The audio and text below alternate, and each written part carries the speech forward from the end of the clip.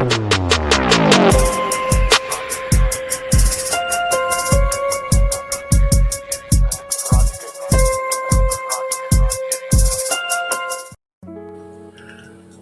and peace, everybody. We are back. Everybody has seen this, the Karmelo Anthony family out here doing their rounds. And I just want to look at something. This is a short clip. They did an interview on CBS News in Texas. And I just think it's interesting. You know, CBS News, they clamored and scraped to interview the family of the boy that killed the other boy. But I don't think they did an interview with the Metcalf family. But I digress there. I just want you to listen to the amount of incompetence that comes from this mom and dad. You had better than a year to prepare for this trial. And I do understand that you do trust the legal experts and you're giving them the power to make decisions. You're trusting that they're doing the right thing. But my goodness, in the morning, they make it sound like these lawyers tied them up and put them in the back of the Cadillac and left it in the parking lot. Like they had no input whatsoever. Listen to this. This is just really bad, in my opinion. Let's go. Watch this. Karmelo Anthony's family is also talking tonight. They believe the trial was unfair from the start. They do plan to appeal. Our Ken Molestina to continue now our team coverage. A day after the trial, Karmelo Anthony's parents, Andrew Anthony and Kayla Hayes, sat down to break their silence and to let the world know how they're feeling as their son begins his 35-year sentence for murder. Despite what a jury found, his parents dispute their son ever wanted to kill Austin Metcalf. I don't think nobody has said that, as far as I know, that he went out of his way to kill Austin Metcalf. I think most people realize that, yes, it probably wasn't, he didn't wake up this morning like, oh, I'm going to kill somebody. But once he flipped out that knife in his book bag, put his hand on that book bag. Well, first of all, by putting a knife in the book bag, period, he's putting himself in a position where this could happen. And this, of course, did in fact happen. So the idea that, well, he didn't want to do it, that's not the case. He did do it. And therein is the rub. Let's go. My son is no murder. What? My son but he didn't is. intend to hurt. But he is a murderer. He is. That's the problem, Kayla. You've not accepted and embraced the reality that your son is a murderer. It's not something that everybody wants to do. It's not something that we want you to have to do, but it's the reality and the truth. Your son killed another child. That's it. Oh, and by the way, this whole rubbing the back thing is kind of lame.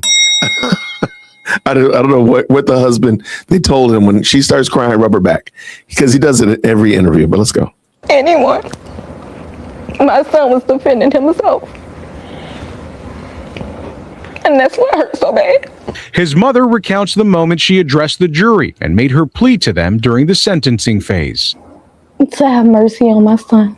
Did you ask for forgiveness for your son? I'm just like, the sheer unadulterated incompetence here. I mean, you guys try, and there's think pieces out here saying that they think you set your son up. I'm starting to believe it because the amount of incompetence, you didn't even address the family and say, I apologize for what he did. Because no matter what, if you don't think he murdered him, that's beside the point. He did, in fact, kill the man. Kill him. You can't beat that at all. So the fact that y'all still refuse to show any level of humility, any level of contrition, any level of remorse for what your child did, it's just this is exactly why you're here. That's what I told the jury.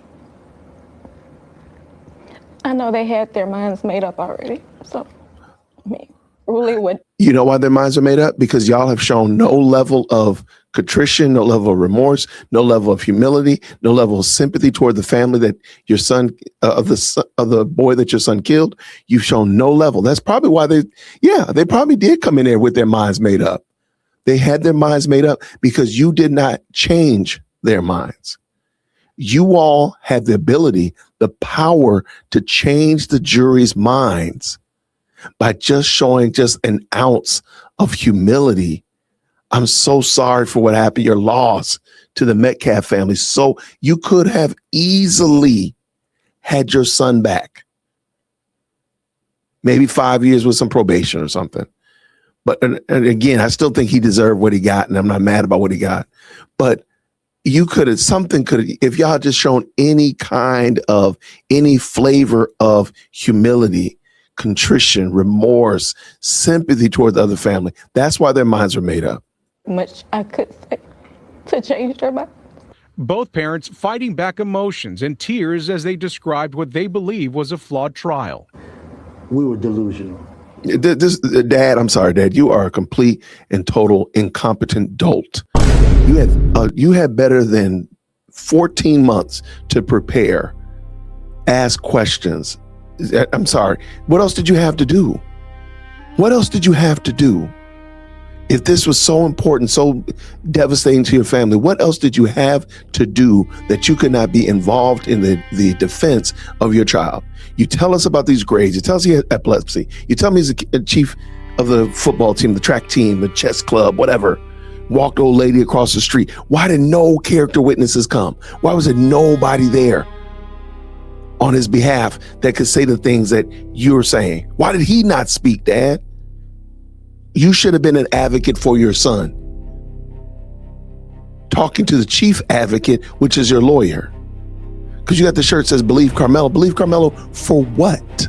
What did he do, say that we need to believe? We thought we was going to get a fair shake. They claimed there were inconsistencies from the get-go, despite witnesses who took an oath vowing to tell the truth. Everyone actually lied on the stand. Everyone. Everybody lied. So there was like 7, 8 witnesses. All of them lied on your son. Like, look at yourself and think about what you just said. Everybody lied. Now, I'm not saying that they're not inconsistencies, but what are those inconsistencies and where were they inconsistent? If it's just an internet rumor that this happened, but then a witness on the stand told what really did happen, I'm sorry, that's not inconsistency. What are you talking about? But you want me to believe that every last one of these children lied, got up there and lied on y'all. Okay. All of the witnesses' statements were inconsistent. All of them. All of them. His father says the court of public opinion had made up their mind about his son long before the trial began. He was convicted when he walked out of the jail. If you look at the news all last year, he was already convicted. If you look at it, it was already done. You know why? Because your defense was retarded. You said that it was a self-defense case. There was no evidence that he had gotten beaten up. There's no evidence that there was a mob. There's no evidence that he was jumped. So yeah, if that's your only argument, then we're like, yeah, then it's going to be on the prosecution. I mean, it's going to be, I'm going to give it to the prosecution because we know he killed him. He killed that boy. Maybe you should not try to hide the fact that your son actually killed somebody. I wonder have they actually said that out loud. I wonder if they actually come to grips with the fact that Karmelo killed another person, took a life. Innocent until proven guilty. He was already guilty. He says the threats of violence against them continue. People want us dead. That's what. After they still got what they wanted. After they still got what they want, they still want us dead. I can see. You see, I go look at my phone. People want us dead. They want our family dead. And now they're preparing to appeal. They did a number on us. A judicial process they believe wronged them. We didn't get justice. A lot of things that were missed that should have been handled a certain way. However, we couldn't say anything. You could talk to your lawyer, though. I'm sorry. There's just, if you thought it wasn't handled correctly, if you thought there was something truly they did not have, well, like, for example, are you trying to tell me that the doctor there to say that he had epilepsy and he had seizures was the doctor in the courtroom and they just didn't call him? Or was his boss from his jobs, the coach from the track team, the little old lady that he walked across the street, the kid that he saved the kid's life? Were they there and they just didn't call them as witnesses? Is that what I'm to believe? Because y'all had better than 14 months to help prepare and give as much information to the attorneys to make sure they could build a right defense. You said your son's hand was cut. Was there any evidence to this fact? that his hands was cut from holding the knife? Like, where's the evidence to that? So again, when you say things weren't handled correctly, what are those things that weren't handled correctly? Please be specific, sir. We did what was instructed. We was told. So we just did what we was told. So no accountability. Ken Molestina, CBS News, Texas. No accountability for what you bring to the table. No accountability for yourself and what you all contributed or did not contribute to this trial, to this case, to your son's defense. None of that. Just, you know what? We just did what we were told to do. That's what I'm saying. Like, this is the most incompetent. I can't think of something else more incompetent. If that's what you want us to believe, that you all prepared and you were engaged with the defense and you gave them every piece of information possible. You talked with them. What else did you have to do? What else did you really have to do besides help them prepare for an effective defense? I'm just wondering.